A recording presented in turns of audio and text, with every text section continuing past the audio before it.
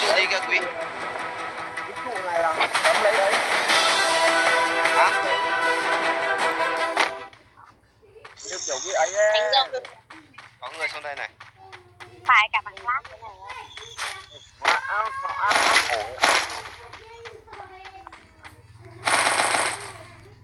Bằng lát mẹ rồi.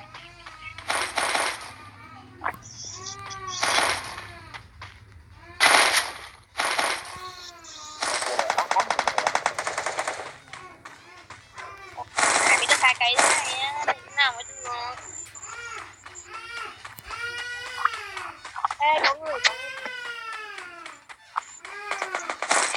Ai là người ta đứng lại. Em đau lòng. Bằng lát. Đau lòng còn Trung Quốc rồi.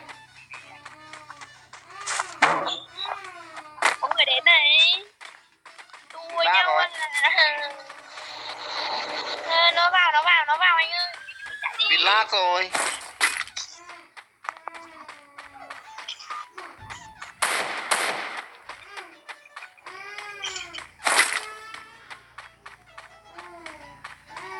Lag rồi.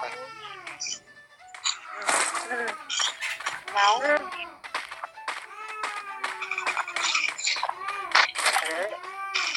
Nó đâu rồi? Vãi cả mạng 600. Mạng 200 thôi.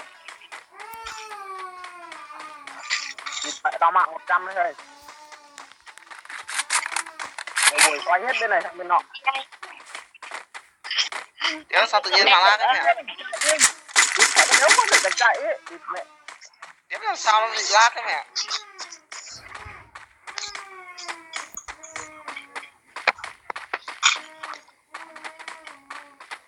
Đồ.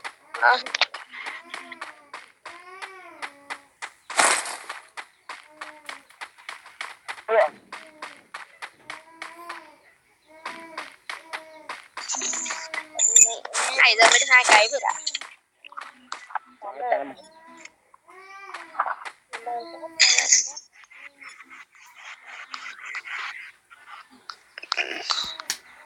Chơi với ngu rồi. Mẹ tao bị ngu rồi, đéo chạy được rồi.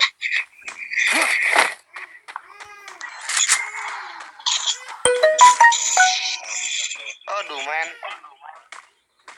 Mẹ Cái buổi này bán tao này. Mò băng này đây. mày thấy mẹ mày rồi nhá.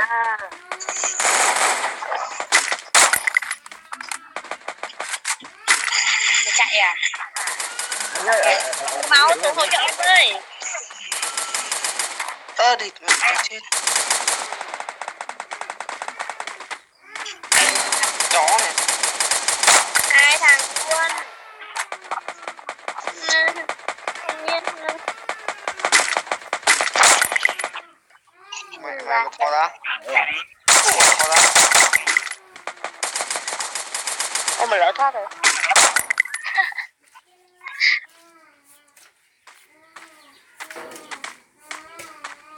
Giật. Hết mẹ đấy rồi. Thằng nào phải tự ca nào không đuổi nó tao khẩu nào bạn. Tao đang cần ca mà có ký cứt.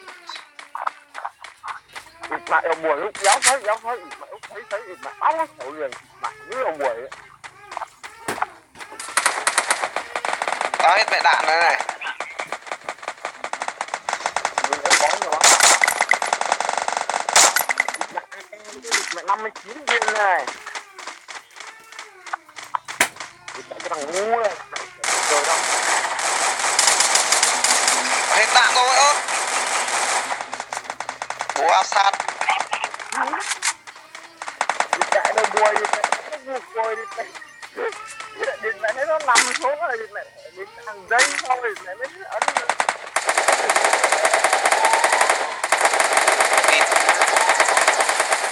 Lên.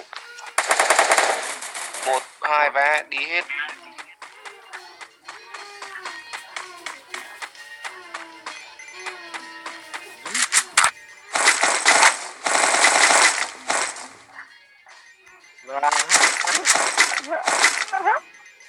Đi lại đó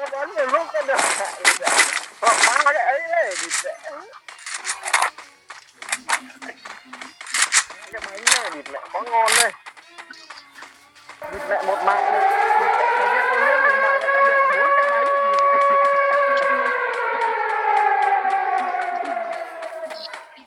Áo rồi thật đấy. Bọn này toàn bắn cái khổ lồn gì ấy mày ạ. Theo Việt chạy vào nhà đây. Chạy ra khỏi nhà đi, khỏi nhà đi, khỏi nhà đi.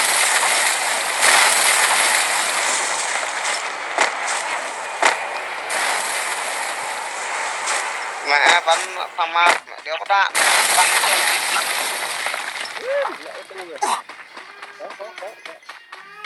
Đâu? đây Này, chưa tao biết lại đi viên. Đấy, tao vứt ra cho 6 viên đây.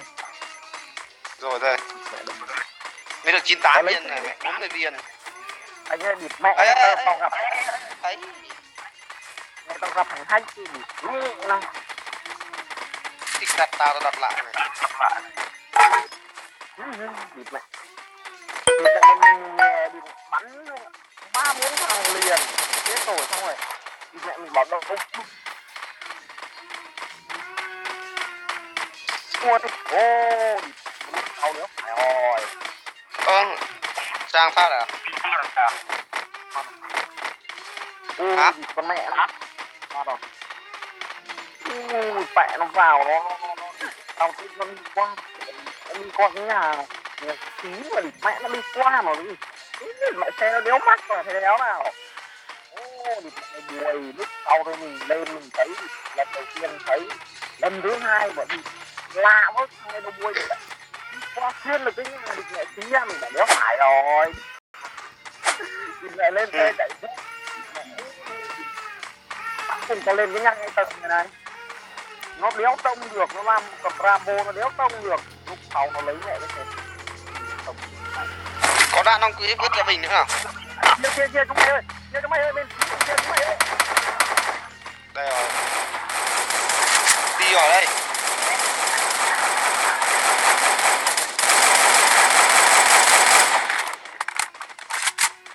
Tao mới làm được thôi. cái cứt vô vào bắt đầu Lại mình cay hết vắng ngắt. Đạn rồi.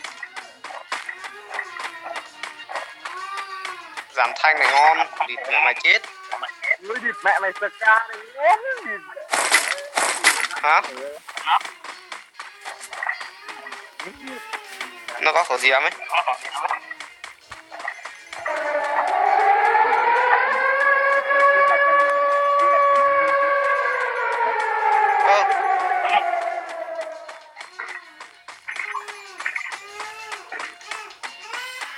Mẹ bây giờ nó cứ đơ cái gì thành học à. Tôi thề luôn nó cứ đơ cái gì. nó kiểu đéo gì cái cháo đấy đạn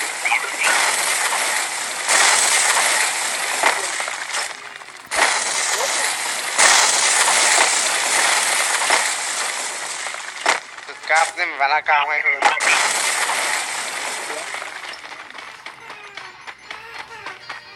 ta nhặt cho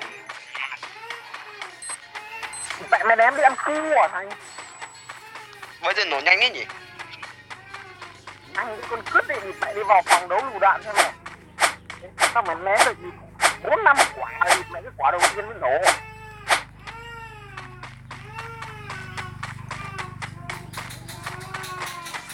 chưa có tính. Đi ăn như thế nào. Đi ở đây nó hết tiền rồi đấy.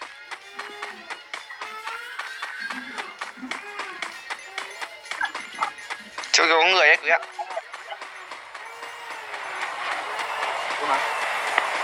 thấy chưa rõ ấy Rất đéo có đưa đi. Nhưng mà lúc anh chỗ cái trang chết là có thì nó phải 2 thằng đặt. Mẹ đông. Xem nào. Qua đi bắn, qua đi bắn hỏi đấy. Người đấy.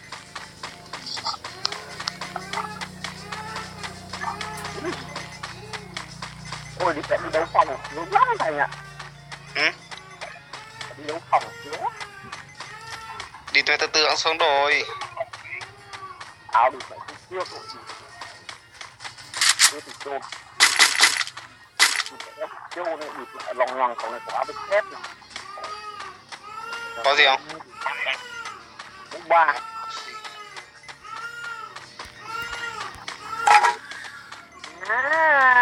Đi mẹ bố mày thấy mày rồi nhá. Đi mẹ. Có một thằng đây. 2 thằng, 3 thằng. Đây rồi. Ôi một phát vào đầu nó chết. Công luôn. Tao lên đâu.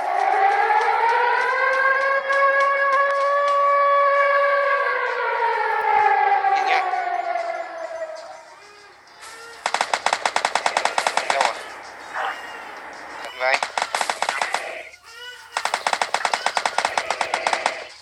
Địt mẹ mày bắn tao mày.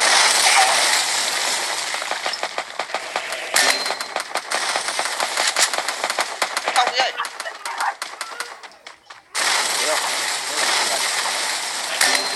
Ui mẹ ở đằng này ra.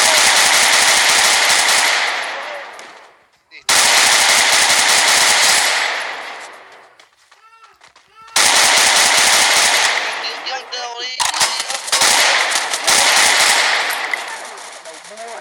Nhiều quá. Tao lìa lồn nó. Mẹ bao đâu vốn á. Ra đây. Đi về tao lên tao biết được thằng người tao biết nhiều tiền gì. Mình hạ cũng bé.